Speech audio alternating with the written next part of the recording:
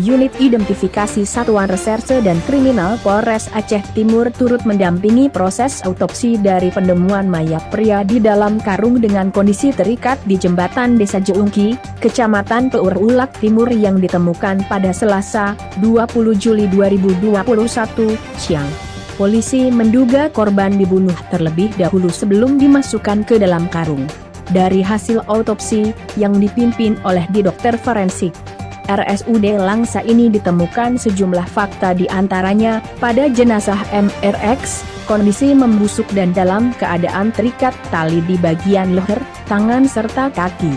Diduga korban dibunuh terlebih dahulu kemudian diikat lalu dimasukkan ke dalam karung, selanjutnya diberi pemberat bertujuan agar korban tenggelam dan menghilangkan jejak. Perkiraan waktu kematian lebih dari 1 minggu.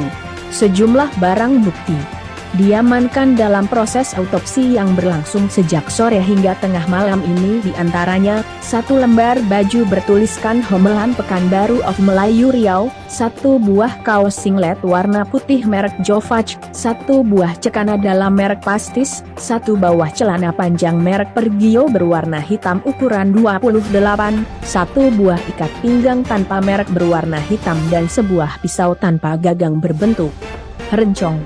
Ya, memang pada hari Senin siang kemarin, ada TKP penemuan mayat seorang pria di Peur Ulak Timur dan kami menduga telah terjadi tindak pidana pembunuhan, ujar Kapolres Aceh Timur AKBP Eko Widiantoro, SIK, MH, Rabu, 21 Juli 2021.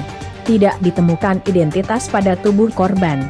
Diperkirakan usia antara 30 sampai dengan 40 tahun dengan tinggi badan 162 cm dan wajah mayat MRX ini sulit untuk dikenali, sebut Kapolres. Dalam autopsi tersebut juga ditemukan sejumlah tanda bekas tindak kekerasan di bagian tubuh korban. Salah satunya pada bagian punggung ditemukan 2 bekas luka tusukan. Ditambahkannya bagi masyarakat yang merasa kehilangan anggota keluarga dengan tanda-tanda tersebut di atas, bisa berkoordinasi dengan Satreskrim Polres Aceh Timur. Pungkas Kapolres Aceh Timur AKBP Eko Widiantoro, SIK, M.